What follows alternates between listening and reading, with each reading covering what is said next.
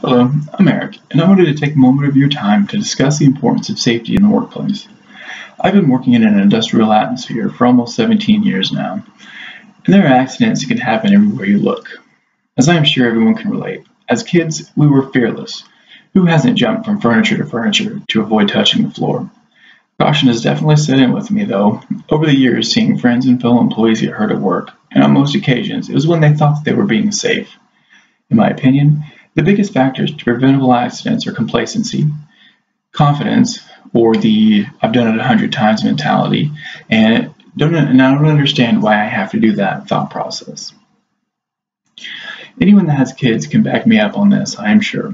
After time, it can be easy to block out sounds around you that others may find annoying. That is the foundation for complacency. After you are comfortable with your position and tasks that you're required to do, you begin to feel like you could do them in your sleep. You and I may watch someone that works in a kitchen dicing onions and think, there's no way I would be cutting that fast with a knife that sharp. But to the chef, in their mind, they're just thinking about the next ingredient that needs prepared for their dish. This is a great example of complacency, and it is difficult to prevent that from happening. I know I catch myself doing it all the time. But there are a couple of things I like to do to keep from falling into that trap. First of all, I think about the task that I'm going to do and the steps that I need to take to complete it.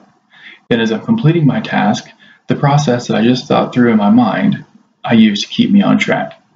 These little tricks allow me to keep the task on, to keep focused on the task on hand, and keeps my mind from wandering too far.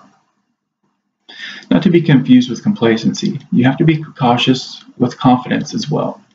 They may sound very similar, but after doing something for years, it can be easy to develop the mindset that you have done it so much, you could do it in your sleep. Take the chef I mentioned before. Maybe he has chopped onions in his sleep and never cut or nicked his finger. Not likely, but you never know. What is important to remember is that the knife has no conscience. It doesn't care if the chef's finger is attached or not. It is up to the chef to keep control of the knife and maintain his or her focus.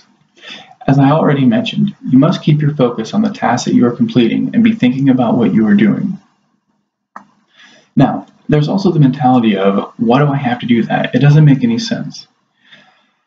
Working in a fast-paced production environment, this is an attitude or mentality that I see all the time. Why do we have to wear these rubber boots? These safety glasses fog up too fast. My hard hat is uncomfortable. These are all common questions that I hear or comments that are made, and I try to give the same answer for each of them every time I hear them. The company does the best it can to provide us with the tools we need to stay safe. The boots we are wearing prevent water or chemicals from getting into our feet. If my glasses are fogging up, then I stop for a second, wipe them off, and adjust them so they're not such a nuisance. If you aren't comfortable with your hard hat on, imagine how uncomfortable you would be if something hit you on your head when you didn't have your hard hat on.